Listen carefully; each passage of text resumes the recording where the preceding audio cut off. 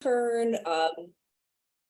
Just a quick reminder, our meeting is being recorded, so you will be able to access some of this information later. But we provided a lot of great information both in this presentation, but we also have our Zero and Reduced Waste Event Planning Guide that was just recently updated that really helps anyone start at the beginning of how to reduce waste from your event and ultimately get to the point where you can have a zero waste event. We're going to get into the details of what that means, what a zero waste event actually is. But before we do that, just a few quick housekeeping items. First, we're going to ask everyone stay muted, especially as you are coming on. We are going to mute you if needed, just to make sure that we are keeping the speaker clean or clear for our presenters. Any questions that you have as we go along, please make sure to put those into the chat box, or we will save some time at the end. You can raise your hand and do some Q&A that way. But if you put them in the chat box as they're coming to you, we may have the ability to answer some of those as we go along. And we have dedicated a little bit of time for Q&A at the end of our session. As you have seen, this presentation is being recorded, and if you have the opportunity, we encourage you to please update your screen name with perhaps your organization that you're representing, if it's applicable for you, just so we know who's in the room and perhaps the types of events that you're going to be hosting and that you're looking at this for. So first, I want to just make sure that I introduce all of our presenters and our great team at Zero Waste NEO. I'm just going in order on my screen here. I've got Karen Miller, who is the education specialist at Cuyahoga Solid Waste District. We have David November is the sustainability manager at Tri-C and longtime Zero Waste NEO member. Michelle Wilhelm, I'm hoping will be joining us a little bit later. She is a master recycler and she is a member of the Cuyahoga Solid Waste District's board, or not board, policy committee, maybe. I'll let them, there we go.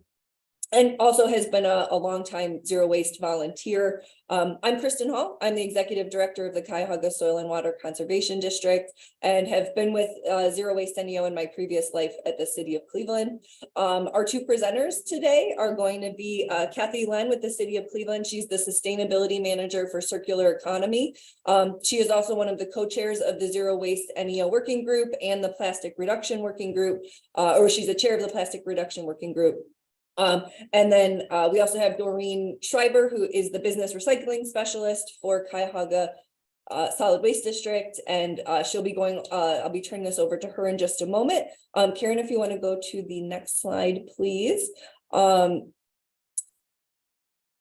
first, we want to make sure we recognize our Zero Waste NEO team that has helped put this together. Zero Waste NEO was one of the original Sustainable Cleveland working groups and has been sticking around for now over a decade. A big focus of this group has been around zero and reduced waste events, trying to make those the norm here in the Cleveland area. And I think we've been pretty successful. There have been a lot of folks who have started to adopt this, started to make it a regular item for them. And a big thanks to our partners here, obviously at the Solid Waste District, who've really helped lead this, in Sustainable Cleveland. Kathy has been a true champion.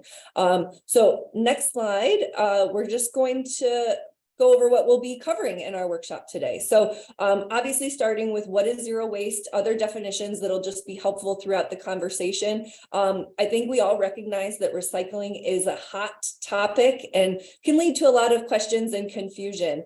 We really want to focus this conversation on the event piece of it and not really getting into the nitty-gritty of what items are or are not recyclable. Some of that may come up when it comes to specifics for your event, but try to keep any specific questions for what is or is not recyclable. Maybe just for Karen, she would be, I think, the best person to help answer some of that and can point you to other resources for some of that.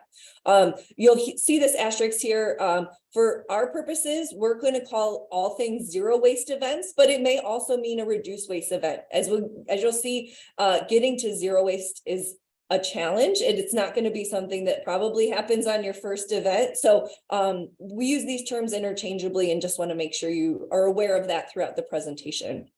Other things that we're going to go through are just the details of planning a zero waste event, what goes into it, what do you need to think about right from the get-go before you even start planning the rest of the event operations or logistics? And then once it's underway, what communications do you need to have both with the people who are helping put your event on, but also your event participants to make sure that you're going to reach the goals that you're looking for?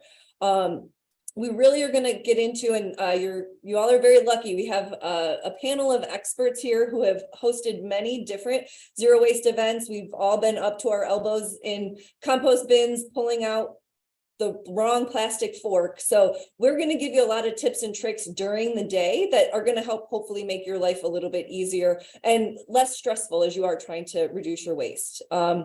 We're going to talk a little bit about how you can measure your success and the impact from your waste, making sure that you're mindful of that throughout the event. And then really touching on some of the appendices and resources that we have in our guide you'll be able to use once we let you go. So with that, I am going to stop talking. I'm going to turn it over to Doreen to dive in and tell us all about what is zero waste. Thank you, Kristen, and welcome everybody.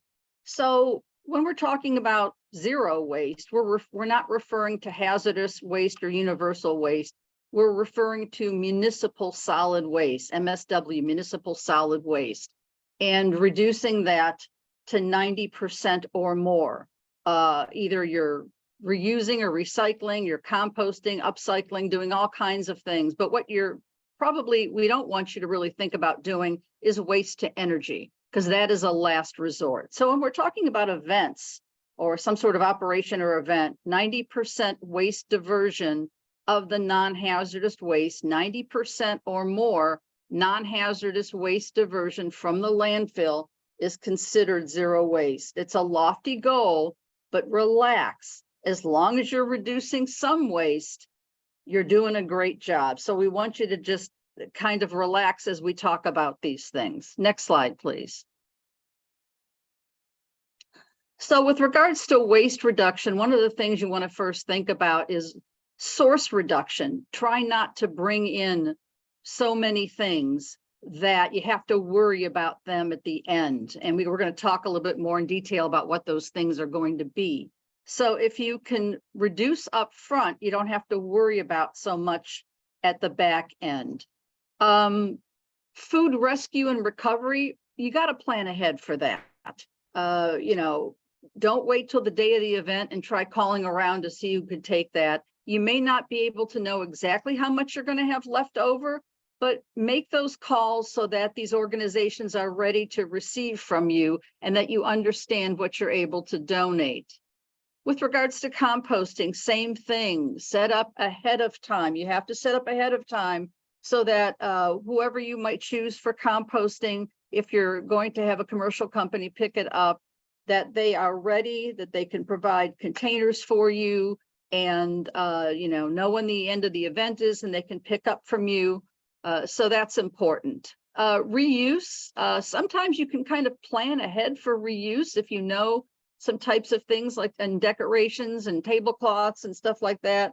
You can plan ahead for some reuse, but if not, you can always call the solid waste district if you have some things left over, and we can try to give you some suggestions as to what you can do with them. And of course, recycling is one of the big things that you set up for your zero or reduced waste event. Next slide, please.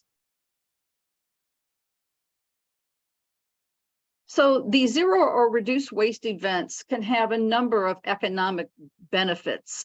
If you don't bring things in or you bring in less stuff, then you have less to think about at the end of the event, which could possibly lower your event cost, especially when you're talking about composting, recycling, and waste, picking up waste itself. When you're using compostable products and you're using certain things that are made of recycled materials, you're creating a market for these types of products, which also can create some jobs as well. And of course, just by right sizing your event, having just the right amount of trash pickup, not too much, and having just a right amount of composting and recycling pickup, reusing and reducing wherever you can save money there. That can help you pay for other things. Next slide, please. Of course, there's always the environmental benefits. You know, these things that people have been throwing away at events, like plastic water bottles and aluminum cans and paper and shrink wrap and cardboard, are all valuable materials that we should be putting back into the economy as a resource to make the economy more circular. And the downside, of course, of putting things in landfills is creating those greenhouse gases. And with regards to reducing food waste and composting or doing some other things with food waste so it doesn't end up in the landfill, you can create healthy soil by composting. Next slide, please. Your event can possibly stick out and have some social benefits and promote a positive image for you and your event by making it a zero or reduce waste event. It could increase the turnout. People could be curious and, yeah, I want to go and find out what this is about besides what the event is for. And you're showing leadership in waste reduction. When people come to your event and they see what your setup is for reducing waste or having a zero waste event, you're subconsciously teaching them that they can do the same thing and increasing their awareness around this type of event. Next slide, please. So this is the EPA's waste management hierarchy. And of course, you know, this is kind of how we think about these, whether we're doing a zero waste event or whether we're doing any sort of waste reduction, that you want to reduce waste at the source and reuse what you can. If you can't do that, you want to try to recycle or compost.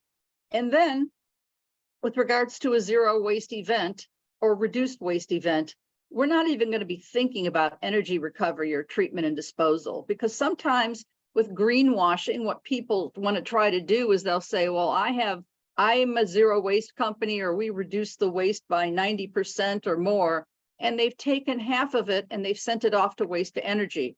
That is not considered zero waste. So we want you to not think about doing any energy recovery, landfilling, you know, 10% or less. And, you know, that's where you're going to be getting to zero waste. Next slide, please.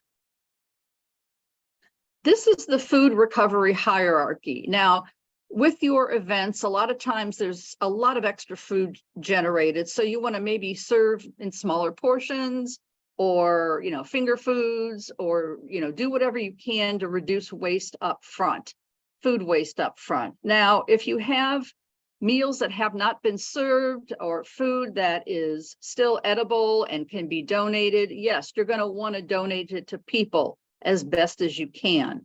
Now, there are farmers out there, you may know some people who have chickens or pigs or whatever, that might be able to take some of these, you know, food scraps and, you know, feed them to animals. That's the next step. If you've got a rib burn off, let's say, and there's lots of oils and things left over like that, there are companies that pick up those types of things. And of course, we mentioned composting. Putting something in the landfill with regards to food waste would be a last consideration. So there's so many other things you can do first with regards to either commercial composting, or if you have a really small event, you can do a little composting in your backyard. There isn't really any reason to have, you know, food waste go to the landfill. Next slide, please. Definition of recycling. It's the process of sorting, collecting, sorting, and remanufacturing things into new products. So when you think of putting things in a recycling bin, that's just the first step. They do not get recycled when they go to a material recovery facility. They just get separated there. And companies called intermediary processors take these materials. They could make plastic bottles into flakes, into pellets, into sand, and then manufacturers buy it. Aluminum cans, they'll get stripped of their color, melted down into aluminum rolls, and get sold again to either become aluminum cans or something else. So just wanted to let you know what happens with regards to, you know, what true recycling is. Next slide, please. So in Cuyahoga County, these are the main items that can be recycled: glass bottles and jars, food grade glass bottles and jars, paper and cardboard, cans, If you've ever seen these aluminum cups, they're made of the same aluminum as an aluminum can. There's cereal boxes, envelopes with, windows, programs from an event, and of course, bottles and jugs. Next slide, please. We want to make sure you understand the definition of compostable and biodegradable. I have a feeling that at the end of this, a number of you are going to have questions about this. So compostable, everything that's compostable is also biodegradable, but not everything that's biodegradable is compostable. And probably will ask Karen at the end to explain these types of things, but she teaches our compost workshops, Karen Miller does. So, organic materials, they require, if you're using a commercial composting company, your food waste requires a high temperature, very high temperature, along with these, these green products, these cups and forks and, knives and things like that. They require that to be broken down. So a composting facility is going to be able to shred and tear up these types of things before they go ahead and compost at these really high temperatures with all the food waste.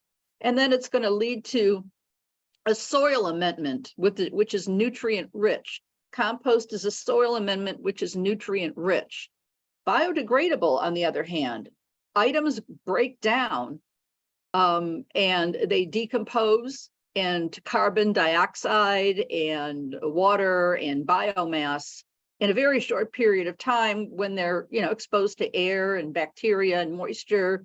But it's a different process with regards than what happens with composting. Next slide, please. So when you're going to compost commercially, we ask you to get products that are BPI certified. I think it's bpi.org. I don't know if David, if you have put that in the chat, but you can get BPI certified products if you go to the site. And BPI certified products are third-party certified to guaranteed to compost at these high temperatures. There are some other ASTM standards, but they don't necessarily mean that they've been, tested to be sure that they're going to compost at these high temperatures. So you want to stick to products, forks, cups, these eco or green products that are BPI certified. Next slide, please. So you see of these three labels here. The one on the right does not say BPI certified, the others as well. You want to look for something that's BPI certified. And they're all commercially compostable as long as they're BPI certified. Questions are going to come up that some of you are going to use these products, but then you're not going to hire a commercial compost company.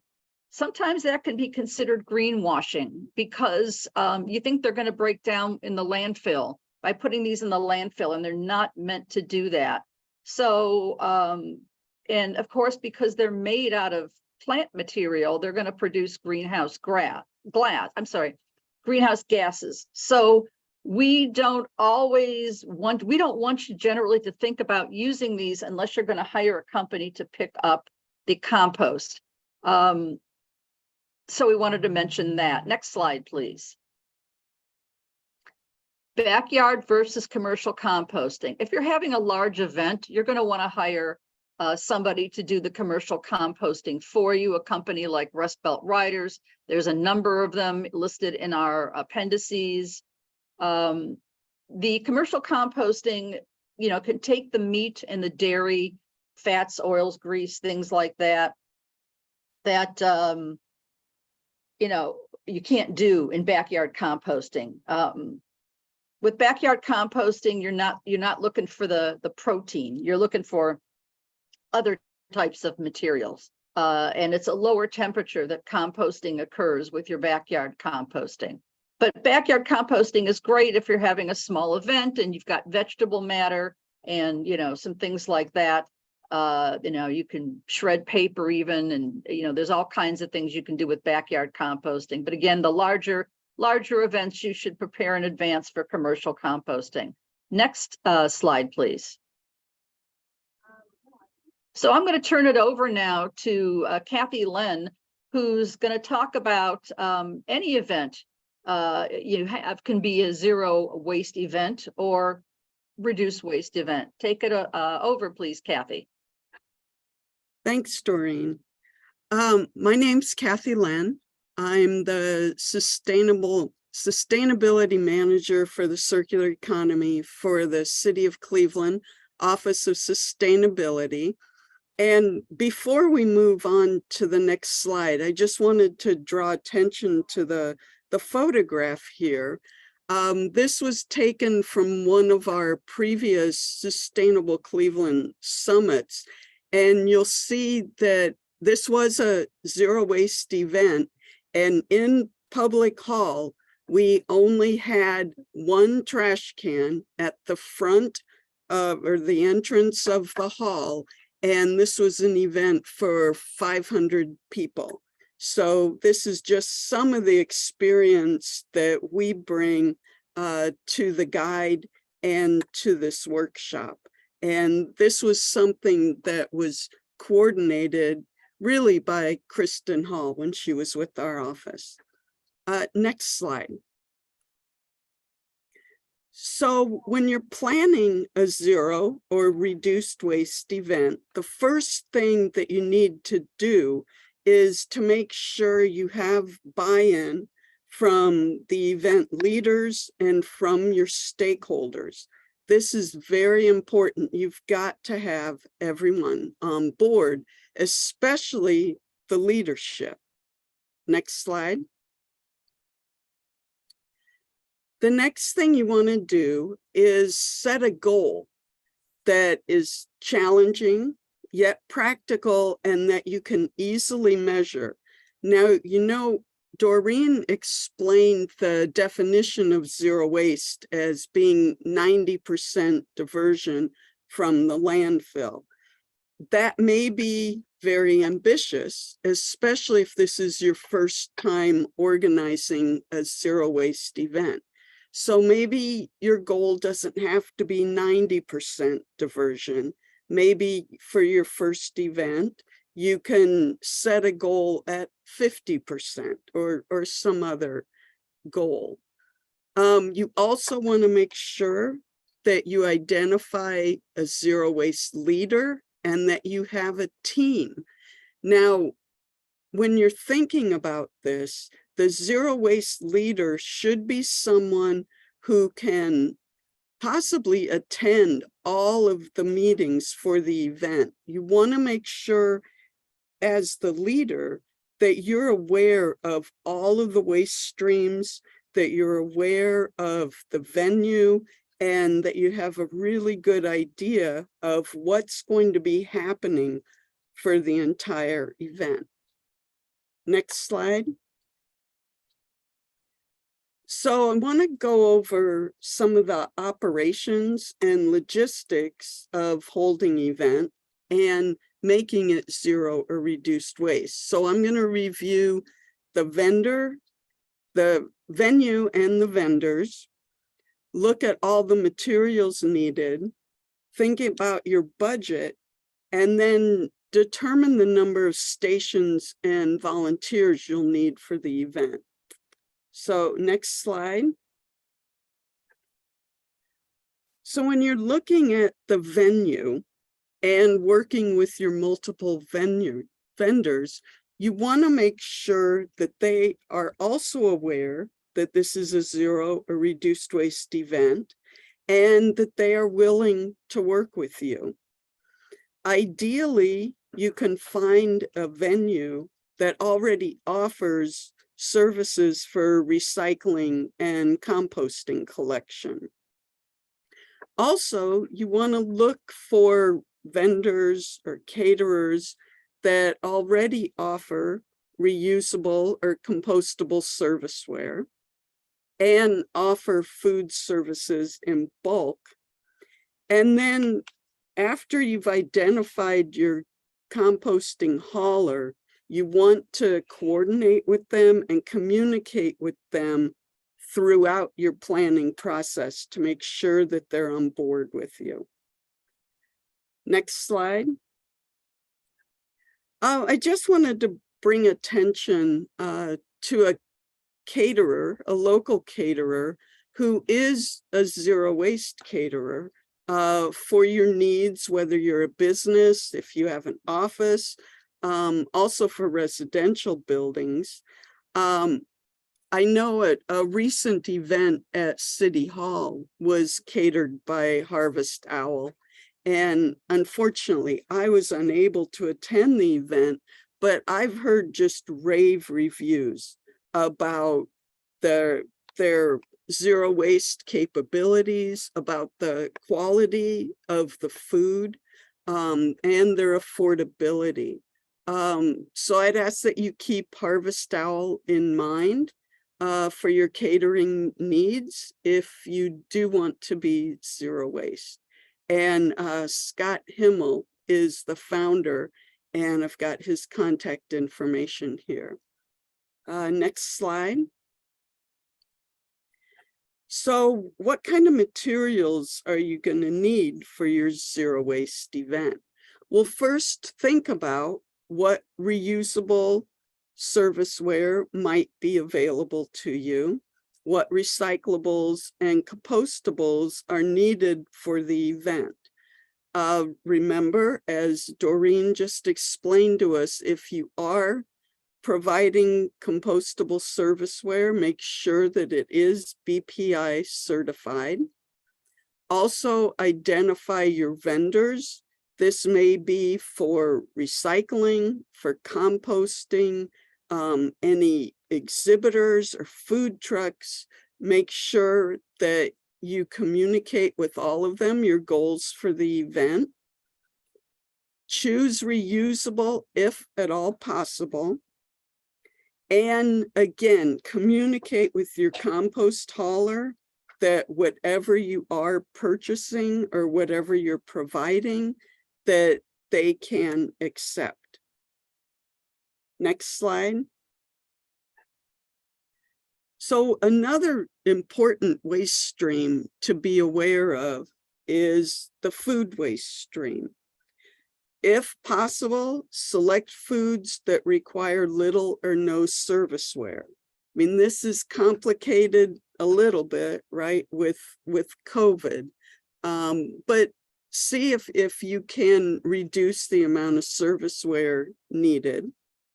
When you're offering condiments, say ketchup or mustard, stay away from those little packets and provide as many condiments as you can in bulk.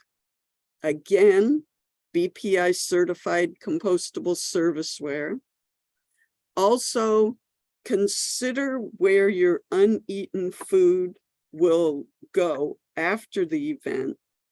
And another possibility is that you may have uneaten food, but maybe not enough to take to a shelter or to make a donation. So think about ahead of time, bringing some takeout containers so that your guests and organizers can maybe help out with taking that leftover food home with them. Next slide. So for food donations, this is something that you want to organize ahead of time. We have listed in the appendix some places where you can donate food. One of those places is through the Hunger Network. So we would definitely encourage you to reach out ahead of time. Now, there was a question in the chat about, you may not know ahead of time how much food you're going to have to donate. You may have, less people at your event than maybe you had planned for. So there may be donations, or there may be just enough for your organizers to take home. but you would still want to contact, say, Hunger Network or a local shelter and just let them be aware that there's a possibility that there will be leftover food to donate, just so that you can make those arrangements ahead of time. Now, remember that donors' liability is covered under the Good Samaritan Act. What this act does is provide limited liability protection for anyone who makes a good faith donation of food or groceries to a nonprofit that will feed the hungry. Now, you also need to make sure that you're not donating dented cans or any food that might be spoiled, any food that might have been altered and that maybe hasn't been in your control. Next slide. So when you're looking at your waste streams, you're going to need to identify how many waste stations and volunteers you're going to need for the event. You're also going to want to look at the flow of the event so that you can decide the best location for all of those waste bins, whether they're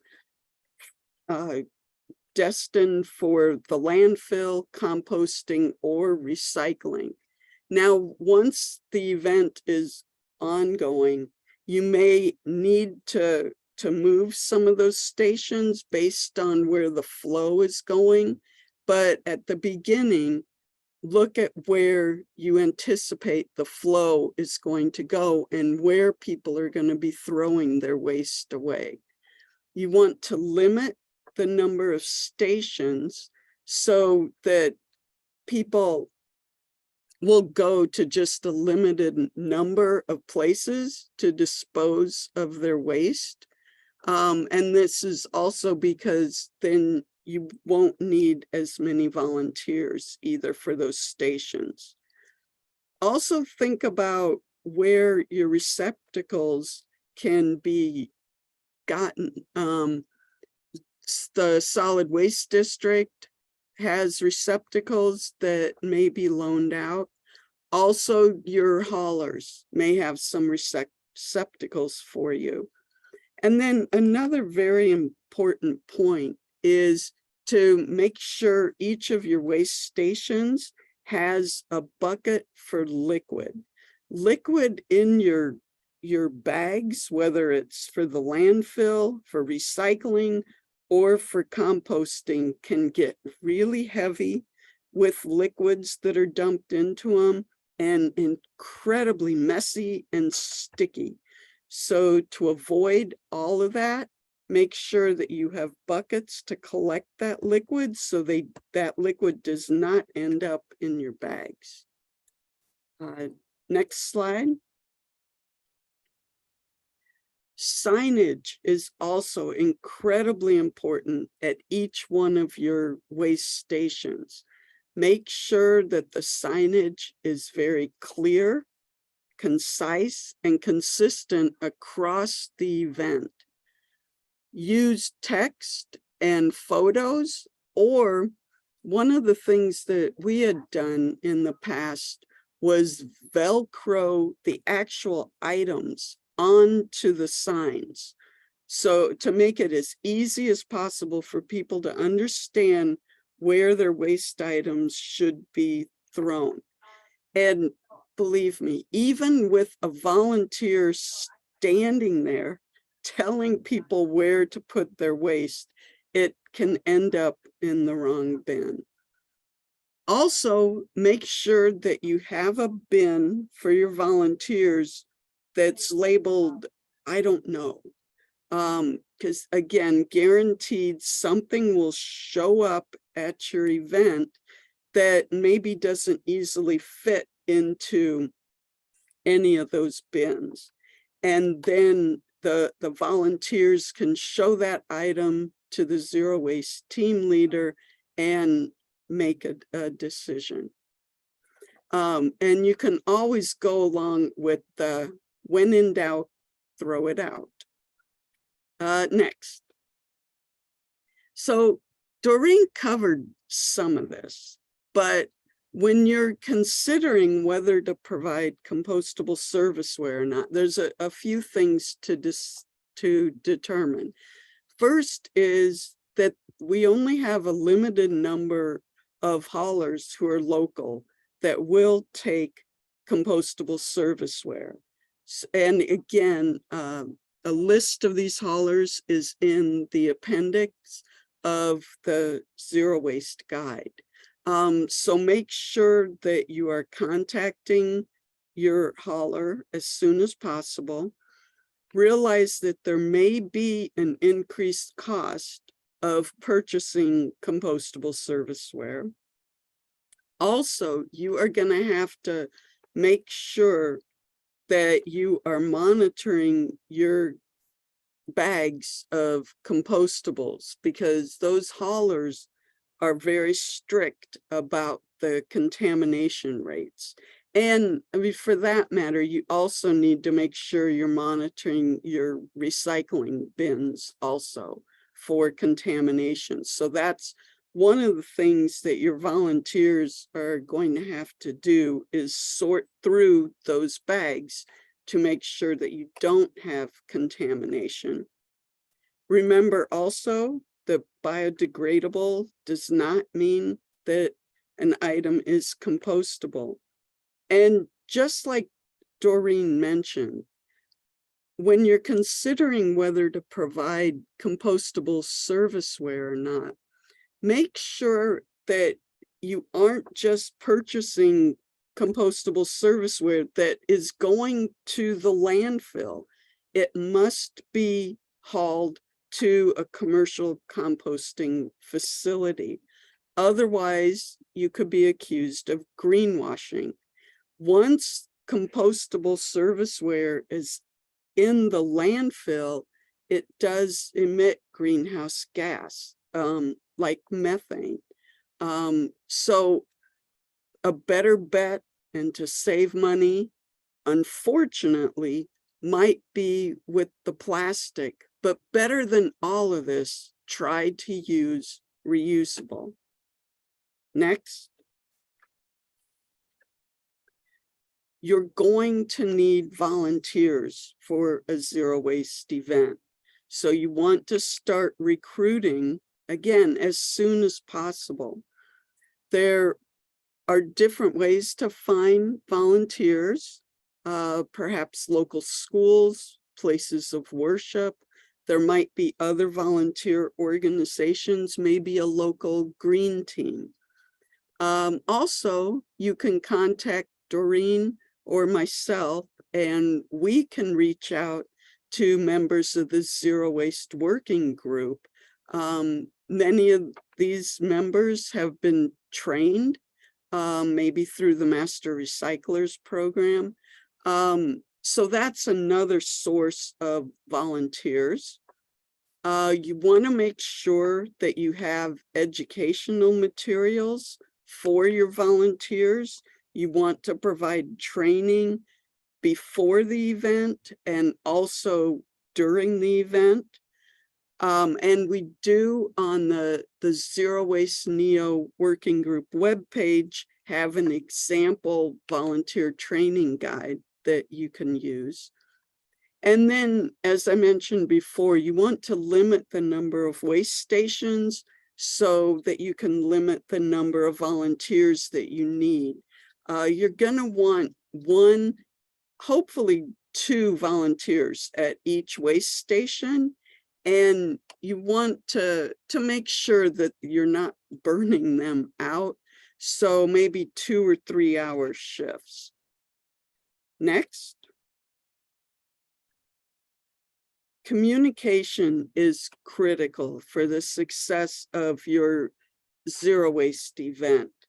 You need to make sure, as I mentioned before, that all of the planners for the event, all the stakeholders who are organizing the event, anyone who's a vendor for the event, all need to know what your goals are. And you need to make sure that anyone attending your event is also aware of your goals. So one thing that's recommended is to use electronic invitations instead of maybe paper invitations. Make sure, again, you're communicating with everyone. Make sure any of your event materials that you're sending out, hopefully electronic, all say that this is a zero or reduced waste event. And then make sure that there are reminders throughout the day of your event that this is a zero waste event. If there's a stage, maybe make announcements over the stage, and then make sure that all of your volunteers are reminding guests that this is a zero waste event. Next slide. So the day of the event, you're going to need to set up all of your waste stations and the signage. Make sure, again, that you have a bucket at each station for liquids. Make sure that your volunteers have a central place to check in to get any updates from you, to learn about their assignments and what their shifts are. Make sure that your zero waste leader and or team are double checking with any vendors and caterers. Sometimes vendors and caterers might bring in that sneaky waste. You can pretty much guarantee that your guests will bring in sneaky waste. And this is just waste that you haven't anticipated and might end up in that I don't know bin at your station. Next. Again, try to figure out ahead of time where the flow is going to be for your guests and where they are going to most likely want to be disposing of any of their waste items. Again, this might change during the event. Hopefully it won't. And you want to, again, limit the number of stations so that you can limit the number of volunteers that you need. Next slide. Also, some things to remember is you're going to need extra bin liners for all of your bins, whether that's landfill, recycling, and compostables. Make sure, usually like in the bottom of the bin is a good place to put extra bin liners and gloves, so that when your volunteers are changing out the bags, they don't have to look for extra liners and gloves. Make sure all your volunteers know where the full bags are being collected. And then, and I'm going to admit, something that I fail miserably with is making sure to measure and record all of the bags and bins that you are collecting. And also, again, make sure that you're making announcements throughout the event of what your zero waste goals are. Next slide. For your volunteers, make sure that you provide training so that they know what is expected of them and so that they know what items go into each of your bins. Also, you may want to also have opportunities for training with your catering staff. Also, make sure that you connect with any housekeeping staff so that they're aware of what your goals are and that they're also aware of where bags are being collected. There is a volunteer training guide sample on our web page for you to use or to modify as needed. And during these very difficult times, make sure that you understand what COVID-specific safety protocols are currently in place. Next slide. So one of the challenges that you may encounter is you may have had 20 zero waste volunteers sign up ahead of time, but day of, only a few of those show up. So now what do you do? Well, the first thing is don't panic and make sure that you want enough waste stations, but consolidate them if you can and eliminate stations if you can. Make sure that your waste stations are close to the heavy traffic. And another thing to consider, and this is whether all your volunteers show up or not, is deputize as many people on your planning committee as you can to serve as your volunteers. Educate your participants about what your goals are, and make everyone responsible for making your event a zero or reduced waste event. Next slide.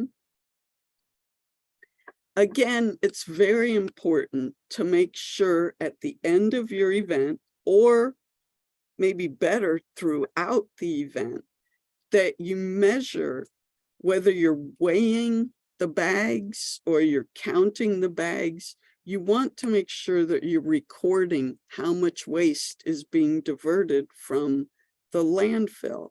You also want to make sure that you don't have contamination or have very low rates of contamination in your recycling and your composting bags. Make sure you're recording and documenting all of the data that you're collecting. And also, you may want to contact your composting or recycling hauler to see if they can provide any data for you also after the event. Next slide. One thing that is incredibly important when you're planning a zero waste event is to celebrate. Celebrate no matter how much you are diverting from the landfill. Think about how much you actually diverted versus what your goals are. If you fall short, that's okay. You've learned so that next time you can divert even more. Make sure that you're communicating with your team, with the venue, with any of your planners on how much waste you were able to divert, and make sure that you share your results with the Zero Waste NEO working group. Let Doreen or I know about your results. Next slide. So you also want to follow up and think about what worked, what didn't. You want to, again, build off of your success and think about, well, what didn't work out so well? And for next year, how can we do things different? Make sure throughout the event that you're taking notes and that you're also taking photographs, and also share with Doreen and I so that we can share with our other members and think about ways for maybe the next time we have a zero waste workshop. And next slide, and I'm going to turn it over to Doreen now. Thanks so much, Kathy. Large outdoor events, we want to talk about those because no matter how hard you try, you are going to get unplanned waste. Someone's going to wheel in their stroller and they're going to have a styrofoam cup or something, you know, that you didn't have as, you know, something that you supplied. Communicating with your vendors and everyone at the event is really, really critical. Communicating with the vendors in the beginning, you know, I know when you're setting them up, you say, we only use compostable serviceware, or we're only using compostable serviceware this event, and bring BPI compostable serviceware. Well, that person that you talk to, that vendor that you talk to, may not pass the information on to the person in their organization that's actually going to be at your event supplying food or whatever, and then plastic ends up there.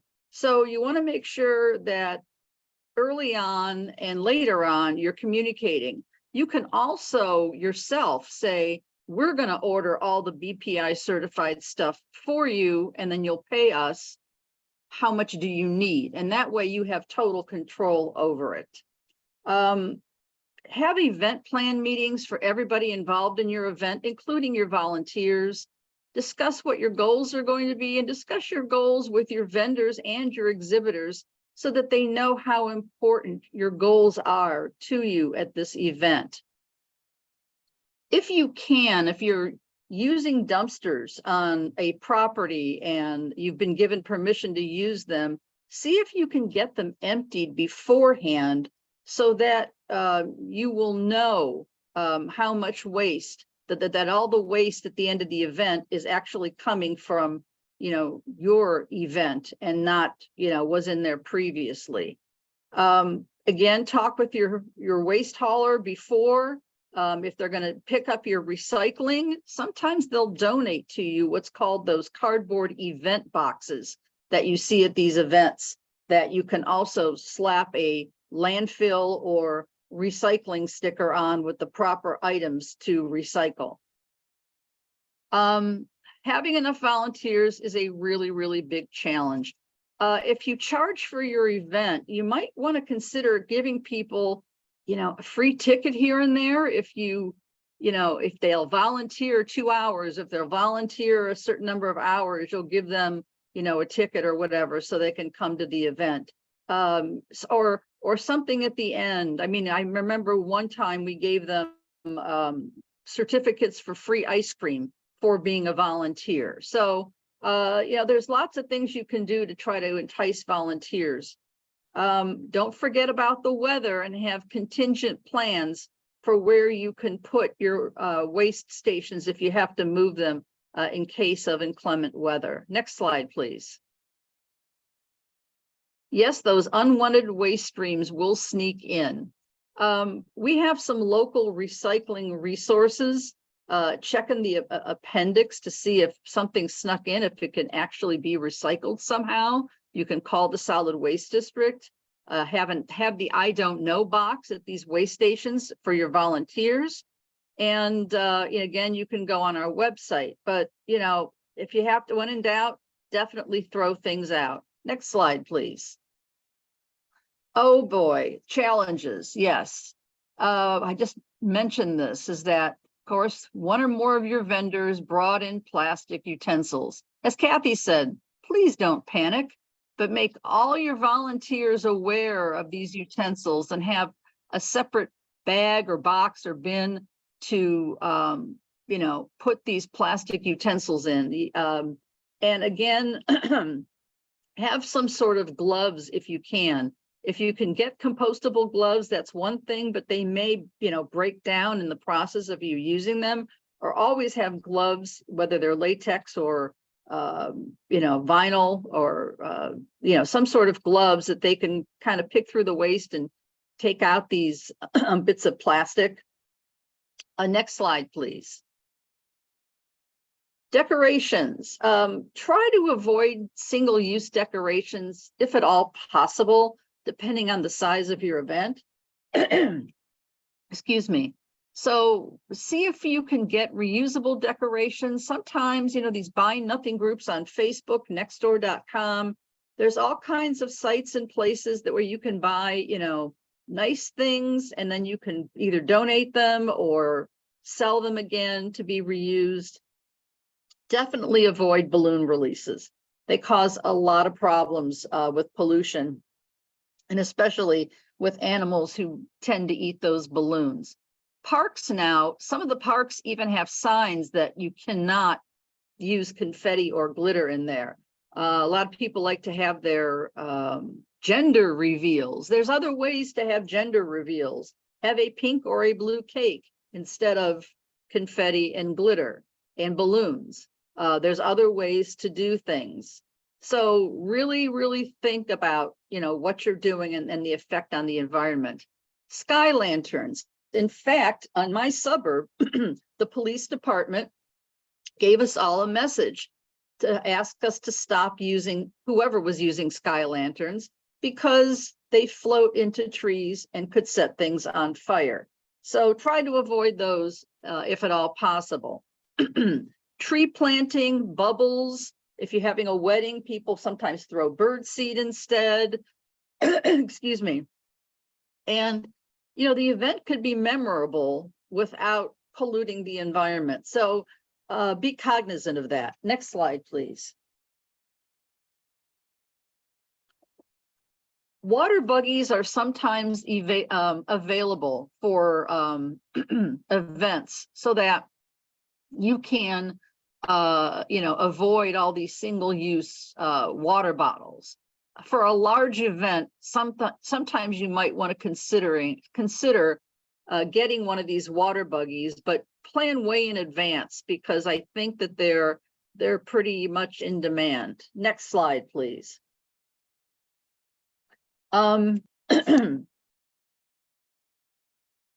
Again, with regards to COVID, it's still around, and check the CDC website for updates if masks are going to be worn. Make sure you have proper disposal of those. Next slide, please. Don't fret if your funds are limited or if you don't have any funds at all. Just pick something that might be low-hanging fruit. It could be plastic water bottles, it could be aluminum cans, but cardboard is a really big one that vendors bring, lots of cardboard. Another one is the plastic wrap. That can be taken back to grocery stores. There are free drop-offs for the cardboard in our area through Integrity Fiber and Royal Oak Recycling. We have about 10 of these Clearstream stations at our solid waste district that you can borrow, but you must put your own signage on and you must supply your own bags.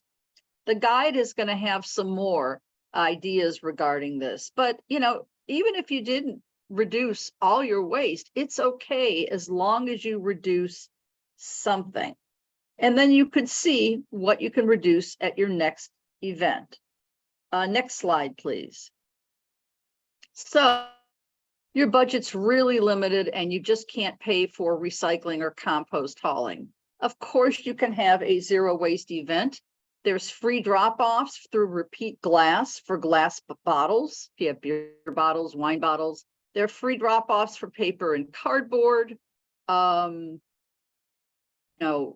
getting some sponsorships to give you some event boxes.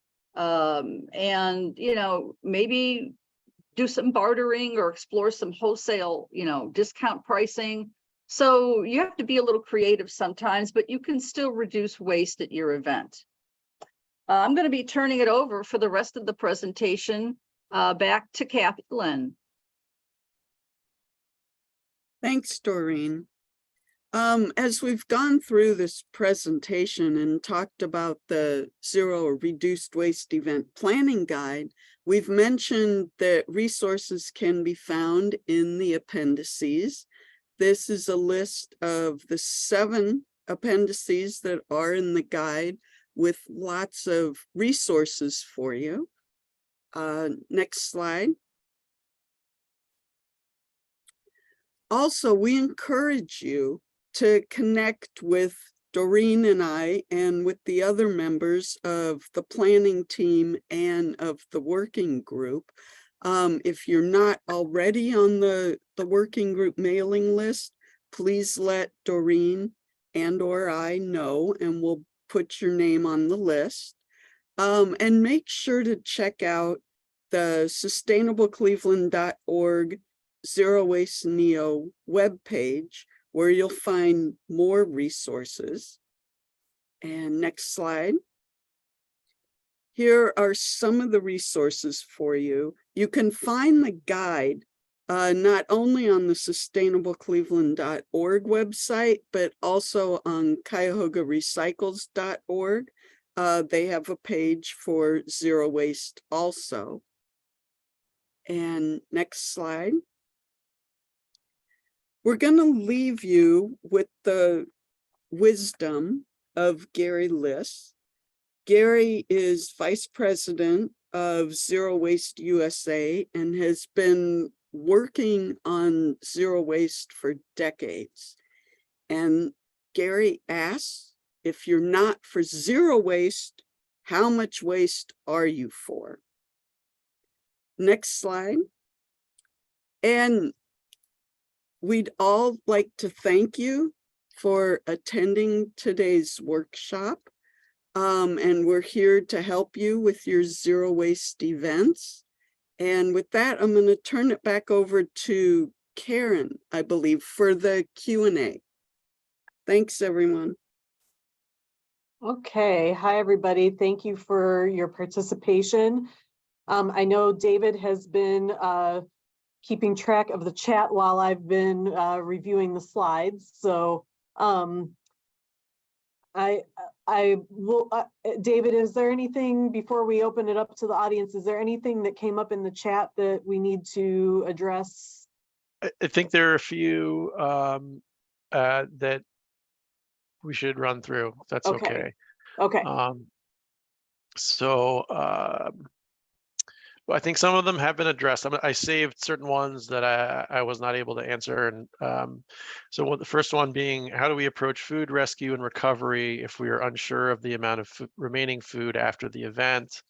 I think Kathy or Doreen kind of talked about this a little bit, that, talk with Hunger Network or another organization beforehand. I think they'll understand that it's a little bit unknown. Any other thoughts on that, Karen, or anyone else? Yeah, go ahead. Go ahead, Doreen. I was just going to add, I think you'll know ahead of time, just based on the size of the event, how much you would have. Are you having a 50-person event or a 350-person event? Your volumes of food tend to increase much more with the more people you have. So even just knowing some of those details can help someone like Hunger Network better understand how much volume they could be getting. And, is it going to be cost effective for them to come get that material from you? Or, can you figure out a way to drop some of that off? There's also an app you could put on your phone. It's from the Hunger Network. Contact them directly, but it's an app that when you're done with your event, it's great to call and plan ahead if you can, but there's an app you can put on your phone so that when you're done and you can post on the app. I have 50 sandwiches in the refrigerator. Who can come pick them up? And, you can get an answer very quickly that way. But it's just best, I think, to call a number of those places, explain what your event is, and they'll tell you what their capacities are and if they're available that day to pick something up, or they might say, we're not coming out for 10 sandwiches.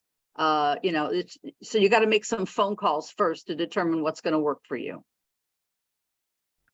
Question is, just came up, Doreen, what was the name of that app? Is that, sounds like we have to contact Hunger Network.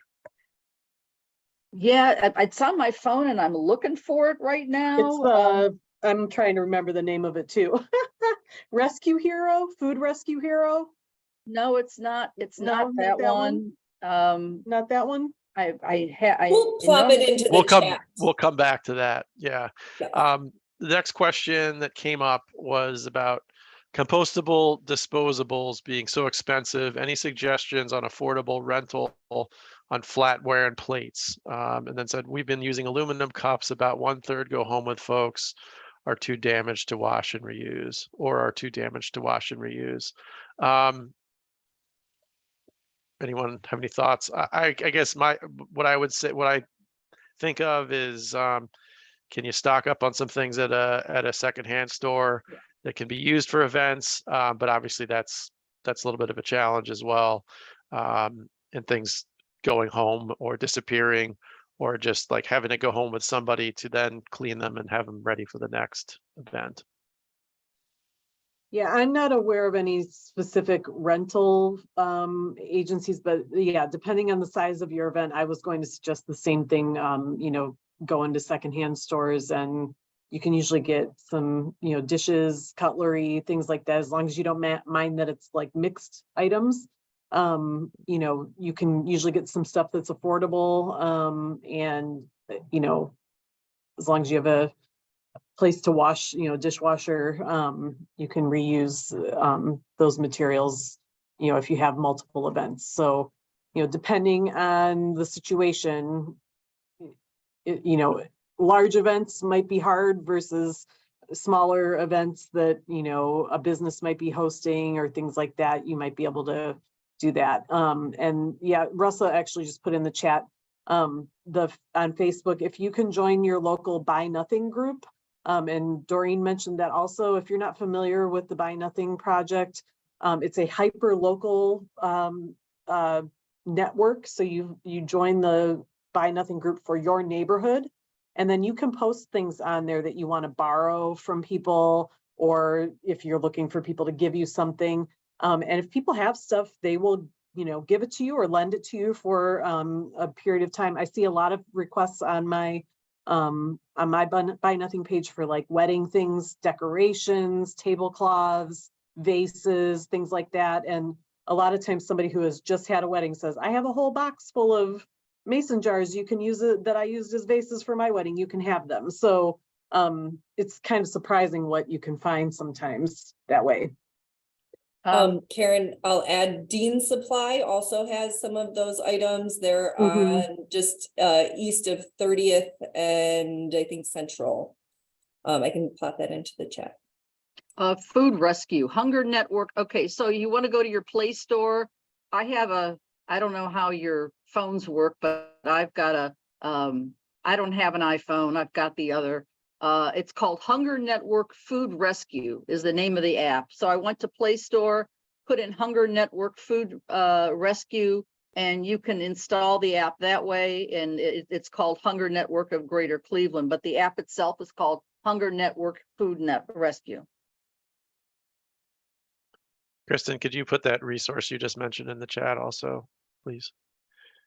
Thanks, everybody. Then next one was just sort of talking about volunteers and lazy event participants putting their stuff in the right bin. The challenges of that, I think that was covered. I guess I think the consolidating to is the smallest number of waste stations that you can is really helpful there. Obviously, that doesn't work in all cases, but capturing as much and sorting it properly with the help of some volunteers. You know, you may have some that some areas where you don't have enough volunteers, and you may have to sort of sacrifice some waste that or sort through it later if you're up for that. But getting as much as you can handled with volunteers at the beginning or as early as possible is probably the best bet there, in my opinion. Anyone else, feel free to jump in. I think the thing I would add, David, is, you know, Jim, I saw your comment there and feel ya. And I know there's, you know, just seeing who's on the chat here or participating, there's a number of us who have events that require volunteers for those events to be successful. And you really have to prioritize what order your volunteers go in to make your event happen. So if you're finding that you can only recruit maybe 15 volunteers for your entire event, and you need 10 of those, or you know, you need 12 of those just for just for, setup and other tasks, maybe you need to reevaluate your waste goals really early on. I think especially for annual events, you're going to know how many volunteers you have. Maybe you have to settle in that you have to have a reduced waste event because zero waste just isn't going to be possible unless you want to take complete control over the event and require all vendors only use compostable materials and find the dollars to do that. It's, I think, setting your own expectations, because you're going to just find yourself frustrated at the end or during the event when you don't have those folks show up. So I think it's worth kind of thinking ahead of time and then just determining with the volunteers you have, what could you get done? And building on that, I think this is where the source reduction slides are really important. If what can you eliminate? What waste can you eliminate in the planning process?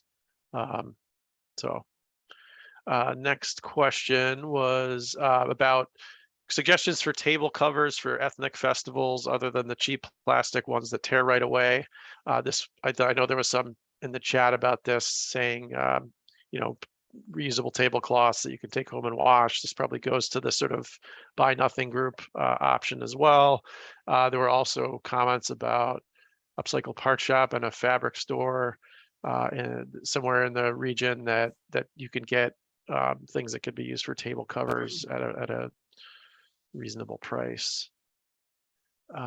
Then questions, Jim also asked about whether Sustainable Cleveland or the Solid Waste District provide signage and the framework for the signs that was in the photo. Printing budgets are tight for entrepreneurs and nonprofits. Some standardization would be very helpful. We're kind of thinking about having, there's signage for the cities to use. There's a template for signage for the municipalities. But our executive director has been thinking about having signages for businesses that you could pull whatever, like cans only or bottles and cans, and you can, make your own signs that way and print them out. So that's in the thought process at this, particular moment. Even if it's just for businesses, you can use the same signs for events as you would in the businesses. So the answer is currently no, but it is something being considered. Right now, the things that we have that you can borrow from us at the Solid Waste District are, we have a limited number of the brand is called Clearstream bins that you can borrow from us. There's recycling as well as landfill bins that you can borrow from us. And then we also do have vests that you can borrow from us that say Zero Waste Volunteer, that you can give to your volunteers so that they're identified as a zero waste volunteer, and it helps, participants know to find somebody to ask a question. So that's what we have right now that you can borrow from us. But yes, I like the suggestion of us having potentially some signs you could borrow from us, or at least designed that you could print out yourselves. The Recycling Partnership has do it DIY signs. So if you Google Recycling Partnership, if you go on their website, I believe they have these DIY signs, do it yourself signs. I do still promote the Recycle Across America signs because they do work best that I've seen, whether they're for an event or not for an event. And they're like $2 and something per sign. So if you have 10 waste stations, it's maybe $20 or so. So it's not free, but I consider it pretty low cost. Or you can laminate them and use them again if you want to have multiple events. Thank you for switching over, Karen. I like seeing everybody. This is nice. I think one thing I want to maybe just add to this, and I will maybe just ask our participants, going back to my days at the city, we did have some signage that we tried to have available for folks to use. And I think one of the bigger challenges is finding that one size fits all for all of the different types of events that we have. We have some that are, a couple thousand people, big marathon type events to smaller, maybe 50-person lunches. And we want to be kind of accommodating, and we need something that's also really easy for anyone to sort of pick up, borrow, and also put together themselves. Our last one was not the easiest to assemble. I'm just curious, could you all maybe type in the chat, because we are going to have this saved. What are the types of events that you host? Maybe how many people are going to be there? Are they indoors? Are they outdoors? I think the more we could see what kind of demand there is for that type of signage, the more we'll know what type of signage to actually build and put together that can be the most effective across the board, so that we have something for everyone.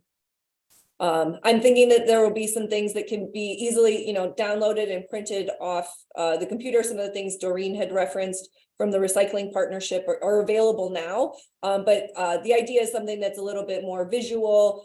David pointed out the kind of like higher, taller signs, so that you can see where they're at as well, especially if there are multiple ones sort of spread out. And it really draws awareness that this event is zero waste. Like, there's an intention at this station. It's not just a garbage can. And, the more you see that, the more it becomes commonplace as an event participant as well. Another question I think is worth discussing is was a question of, is there funding to help cover the additional costs of of composting, of making of a zero waste event? And I think there's a possibility of offsetting some costs by having lower trash disposal costs because of the diversion. And I know that sponsorship was mentioned as a possibility for the zero waste aspect of the event. But any other thoughts on that from the panel? I do. So we have a recycling container and composting equipment and waste reduction grant that we offer once a year. I don't know if Russa is still on this call. Oh, there you are. Yeah, I'm still here. So Russa applied for some things, and so we are, if you're having these annual events over and over and over again, and you're a school or a nonprofit, we can fund up to $5,000 per organization for like recycling stations and signs and things like that. It has to be something that you're going to use over and over, not like disposable containers. So Waterloo Arts, I don't know if anybody from Waterloo Arts is here. We did that for them last year, funded things for, these events that they have year after year after year. So if you're an event planner doing the same thing year after year, and you're part of a nonprofit, our grant application comes out on our website around mid-December. And I think it's, I want to say it was you, Russa, also put in there, it's about budgeting. And if it is an annual event, I think it's worth making sure that if you're the person planning this, put that line item in there. If it doesn't get in your budget in the beginning, trying to find those dollars afterwards are often very hard. And you might be able to find some zero waste sponsors, but those are not going to be as easy as just general event sponsors. So, the earlier that you can put in those budget requests, and it may not be, we want to be realistic. I don't want to scare anyone away, but it might not be till year 2. You do a few things year 1, you see what could be reduced, and then you come back year 2 with a bigger, better plan, and you'll know some of the costs that are going to be needed to execute that. So I think David put it in the chat. Zero waste is not a destination, it is a journey. I mean, we hope it's a destination. We hope we get to zero waste where these workshops are no longer even needed because it is just business as usual. But as any of you who have hosted an event know, we're not there yet. We've got a ways to go, and every little bit counts. We would rather see you recycle 5 boxes from your event than nothing at all, because next year you're going to want to recycle 10. So start somewhere and build off of there. And I would again, just reiterate, reaching out to our zero waste NEO team. There's probably more than a decade of zero waste event experience combined amongst ourselves, and we've been through it, we've experienced it, we've pulled our hair out at the event because that vendor pulled up or brought out, plastic forks, and they're like, but it's got a leaf on it. cool. That doesn't mean that my compost vendor is gonna take it, and you made my life worse today. Thank you, vendor. And you can't say that to them because you want them to come back, right? We've all been there. But all you do is take a deep breath, and next year, either I make sure I tell that vendor 5 times ahead of time, or maybe that vendor doesn't get invited back and they lose some business. A lot of this money drives things. So we're trying to really make sure that there's markets for these services as well. One other thing that we do offer is we have, those yellow caution vests. We have those yellow caution vests for volunteers that say Zero Waste Volunteer on the back. Those are available for borrowing, but you are responsible if you borrow them to bring every single one of them back. Karen, do we have any other supplies that we're able to loan? I mentioned the vests and the Clean Stream Okay. bins. Those are the 2 things that we have to borrow at this time. Yeah, we just don't have the bags for the bin, for the clear Right. stream bins. Yeah, Right. it's too hard for us to keep bags in stock and sizes of events and everything. So that's something that the event holder would be responsible for, purchasing their own bags.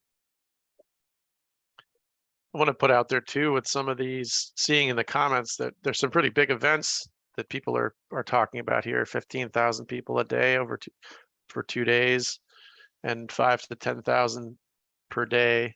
Yep. If I'm understanding it correctly. I know, and other panelists, feel free to jump on me on this, but that there are some organizations, there are some companies or organizations that will do like will do a production of the waste side of things for large festivals. I know they do that for some large music festivals and that kind of thing. If you have a really big event, something like that might be the way to go. Again, it's a budgeting question.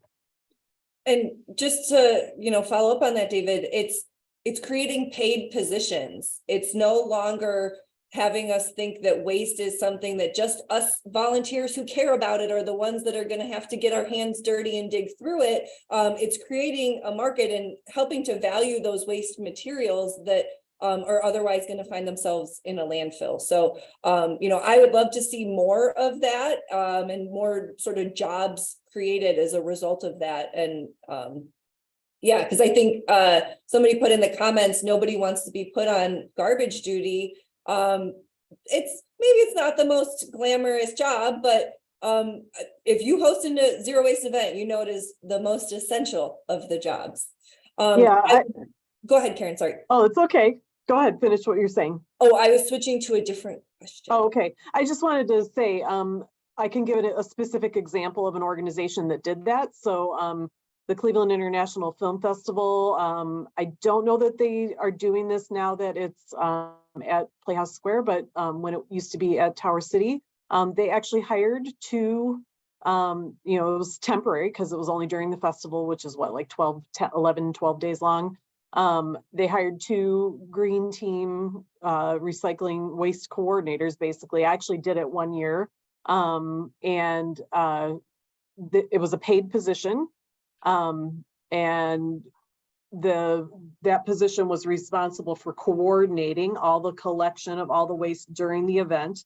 And there were volunteers that were still there helping with certain things, but this person was responsible for collecting, weighing, documenting the data. So they had really good data from their event because they had paid people that was their job to do that. So that, depending on the size of your event and the way things go, like Kristen said, having somebody dedicated to doing that is very important. I wanted to give Michelle and David a little bit of a chance to weigh in because they have a lot of experience. So sure. Michelle Wilhelm, if you want to, we introduced you at the beginning, but just as a refresher for everybody, Michelle on the Zero Waste Centennial Committee. I was gonna. So yeah, go ahead, Michelle. The comments about being a garbage collector or monitor, you can look at it that way, or you can look at it as a great opportunity to educate people. Because I've volunteered at a number of different events over the years, and I've had people argue with me. They're saying, oh, but yes, I know I can put this in there. I know I can recycle this. And you don't want to certainly get into arguments with people, but it's an opportunity to refer them back. If it, sometimes you have to make sure they're in Cuyahoga County for one thing, because it can vary, but referring them back to the resources at the solid waste district. And a very simple gesture that sometimes can help. You're standing there and somebody's approaching and they've got these things in their hands. Just reach out, just reach your hand out and then, put it in the right thing. I mean, not to, take away, but again, it's just, you have to be mindful of, there are people who genuinely want to do the right thing, and you don't want to call them out or embarrass them or shame them or anything. Just make it easier, and they'll watch. But it is definitely an opportunity to educate people if you, thinking about it that way. The other thing, just as a personal thing that I can share on a large event, is the sadness that you feel when it is kind of getting slopped up, so to speak. And just thinking about a situation I had where I just basically had to sacrifice a bin. I had nobody to cover it. It was too far away. And I didn't take the bin away. It just became a bin that was not going to be monitored or measured. And you just have to give it up. And it's kind of like the sacrifice to get a cleaner stream with the volunteers or wherever you are. So that's a couple things I would add. Michelle, I think sacrificial bin is going to be a new item in our future workshops for sure. And it's true. It's hard. The sacrificial bin. I would expect all of us are on here because we hate waste. We love to see waste reduced. And when it's staring you in the face, it can be really hard. Even, we've referenced throughout here, you have things that you don't know about. You got to settle in that you may find out after the fact that those things are not recyclable, they're not compostable, they're just going to have to go into a landfill, and it stinks. Nobody enjoys having to throw stuff away, especially something that may be perfectly good and could have a future life. But that's a part of it, and that's why we're all on this journey, and we're all going to learn together how to eliminate those items and make our event zero waste. I'm being mindful of time. We're getting close to the end here, and I know we've covered a lot of questions. I think our team, I don't want to speak for everyone, is happy to stick on for a couple extra minutes. If you do have specific questions or anything, we don't want to cut anybody off. But I think with that, I'm going to just wrap it up. I want to thank Kathy and Doreen for taking the bulk of our presentation, Karen for helping move us along, and David and Michelle for helping field all of our questions and just all of your expertise. So with that, I thank you. I know we'll send some follow-ups. The recording will be available, the presentation, the guide, lots of resources. We're here to help. We want less waste from our events, and we are sure you do too. So thank you all, and I hope you have a great afternoon and great rest of your week. We'll see you soon. And yeah, happy to stay on for a few more minutes if anybody has any specific questions they want to ask. I have a question. Mm-hmm. I'm a member of Trinity Cathedral, and we have an environmental ministry, and trying to figure out, we often have large events, not large, but I mean good size events. And what I want to do is have an event at our urban farm, a picnic, and have that Guns to Garden program. Who would I contact to get some support about that or some instruction on how to do it? How to help organize a large event and well, I mean, you talked a lot about it today, but is Kathy Land? Kathy, would I contact you about that? Yeah, feel free to contact me, and I can pull together a small team and we can brainstorm with you. Oh, that'd be great. That would be great. Okay. And your email is, contact you through that email, sustainability@Cleveland. I'll put my email address in the chat. Okay.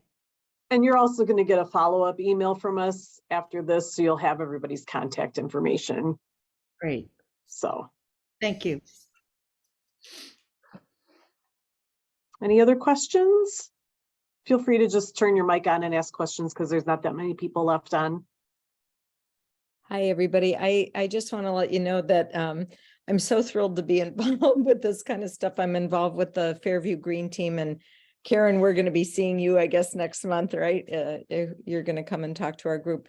But I just want to let you know that I agree with kind of the starting small and building up. And when we were at Fairview at the Summerfest, I saw the water buggy. And then I brought that idea to our church festival, and we had the water buggy at the church festival. So, I mean, just doing that, I can't even imagine how many, plastic water bottles. I mean, we still had those other things available for sale, but I mean, just chiseling away. And, I already have so many ideas about what's coming next, what I will bring to our group. And I mean, I basically single-handedly with my daughter went through all the trash, even though we had things labeled because we didn't have enough volunteers. Things ended up going in the wrong bins, and we dumped them out and sorted some. And then there were others that just were too far into the bin by the time I left. So those were the trash bins or whatever. But, each one is a victory, and you just have to keep going. So I just want to thank you guys for your expertise, your patience with us. I know you probably get sick and tired of saying the same information day in and day out, but I have to tell you, every time I listen with, my ears hear more and more detail, and another spark goes off, and then there's a flood of new things. So thank you for everything that you guys do. I truly appreciate it. Thank you. Thank you for your efforts. And you're absolutely right. That's just starting small and building off of that. Every little success is important. So that's awesome. Anybody else? I'm just going to quickly follow up on that, Louise. Thank you. I will speak up for myself, but I imagine some of the rest of our zero waste team feels the same. We've had a number of meetings and conversations, getting our guide updated and getting this workshop together. So, that comment really, I think, helps feel that effort is worth it. And, I know for me, this coming spring and summer, when I see those zero waste stations out, I'm gonna, I'll be thinking of that. So thank you. Yes, absolutely. I noticed Gail, just want to make sure you didn't miss, somebody put a link to, Russa put a link in the chat to a profile of a blacksmith who is looking to get involved with more events. So I just want to make sure you didn't miss that. Russa, do you want to comment on that? Yeah. So I manage Ingenuity Cleveland, and one of my tenants upstairs in the wood shop is a guy named Tim. And Tim is like, do you know about Gardens to Guns? He brought it up to me. And we were like dabbling in it a little bit, but it's not quite, I'm like, not enough for him. Like, he's done some demonstrations and some programming, but he really wants to be in a garden. So he might be a great person to reach out to.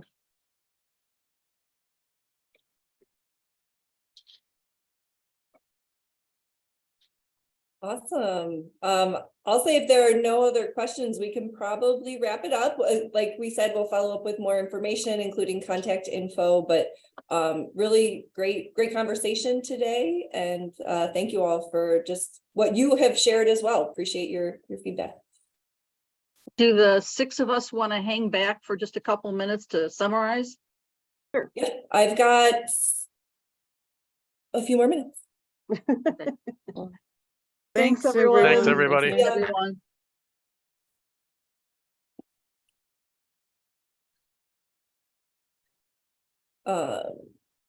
Karen, do you I'm looking to see if I can, I don't know if I can here, remove. right. Oh, well, I don't want to report him. One more. I don't know how to do it without reporting the person. Oh no. It's like, it gives me, hi, Alex, if you're still there, can you Log off.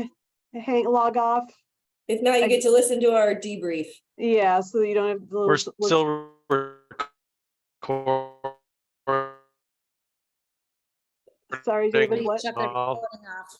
Yeah. So We can't. Do you want to turn the recording off? Oh, yes, thank you. Yeah. Yeah. we're still recording.